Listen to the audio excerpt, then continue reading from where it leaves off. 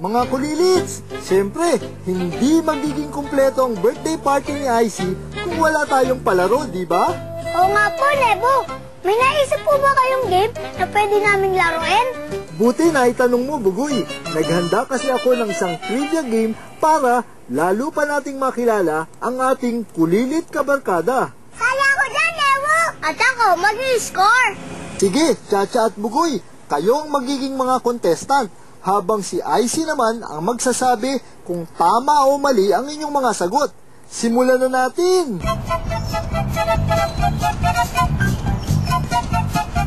Unang tanong, alam nyo ba ang buong pangalan ni Icy? Yan, Icy Caninio! Yan! 1 point na si Kuya Bugoy!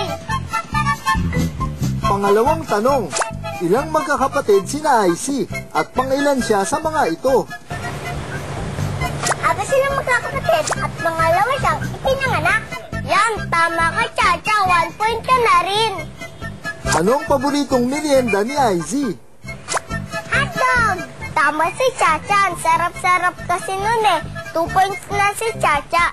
Eh ano naman ang isa sa mga paboritong sport ni Icy? Basketball! Yan, tama si Kuya Bugoy. Paras na silang 2 points ni Chacha. Alam niyo ba, isa sa mga birthday wish ni Icy ay makapanood siya ng PBA Game Live. Alam niyo lang ba na fan siya ng basketball player ng Square Games Club? At ngayong kaarawan ni Icy, natupad ang dalawa sa mga hiling niya, ang manood ng PBA at makilala ang paborito niyang manlalaro. Panoorin niyo to!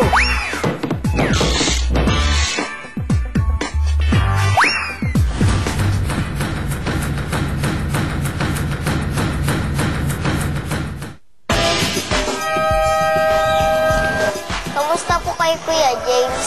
Okay naman, masaya dahil nakita kita. Kuya James, pwede po kita ma-interview. Birthday gift mo lang po sa akin. Sige ba, ikaw pa, i-idol kita. Kuya James, matagal mo na po hilig ang basketball. Oo, matagal na. Siguro since kasing laki tayo. Tinuturaan niya din po si Baby James na maglaro ng basketball. Oo, tinuturuan ko siya mag-dribble. Tapos sinasabi niya sa akin, Papa, dunk. Eh, yung papa niya dati nakakadunk. Ngayon medyo sa warm-up na lang. Antayin mo ka, dapat makalapit ako sa ring. Paglaki ni Baby James, maglaro kayo ng basketball, ha? Kuya James, ano po pakiramdam pinapanood kayo ng pamilya niyo?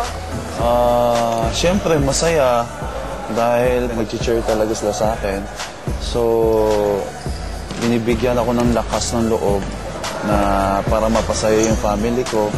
May konting pressure din sa akin kasi gusto ko every game maganda ang papakita ko. So, yun. Tsaka proud na proud sila sa akin. Ako din po kapag nanonood po ako sa laro mo, nag-cheer din po ako sa iyo. Talaga, pero thank you, ha? Galing mo talaga.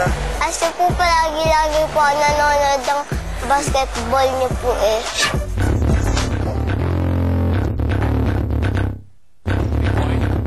Meron po kayong message sa mga fans na katulad ko? Siyempre, meron. Una sa lahat, papasalamat ako sa'yo dahil gusto mo ako maglaro. Diba? Idol mo ako. So, thank you. Sana, paglaki mo, maging basketball player ka rin. Diba? Yun naman gusto mo. Kailangan talaga disiplina lang kung gusto mo maglaro ng basketball. Diba? At saka sa lahat ng fans ko, maraming salamat sa suporta nyo. Happy birthday, Icy! Maraming salamat po, Idol. Aper! Galing. Pakamusta mo po ako kay Tita Chris po, pati po kay Baby James. Oh, sige. Makakarating. Diba? Aper, aper.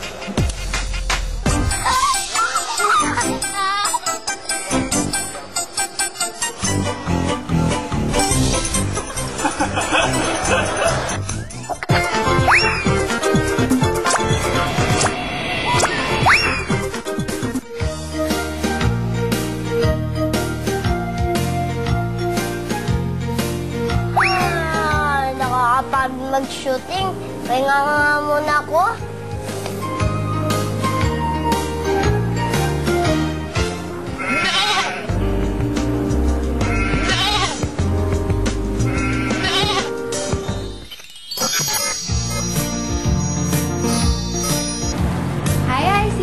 actually na lang. Ready ka na ba mag-relax? Opo. Tara, doon muna tayo sa spa.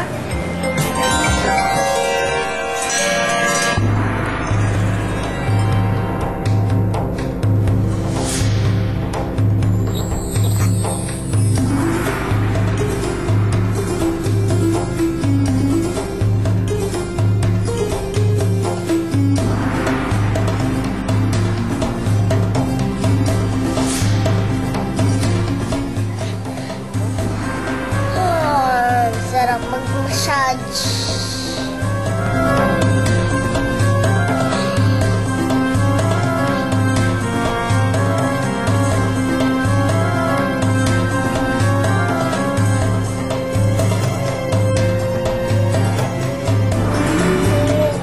Yan. Sarap doon.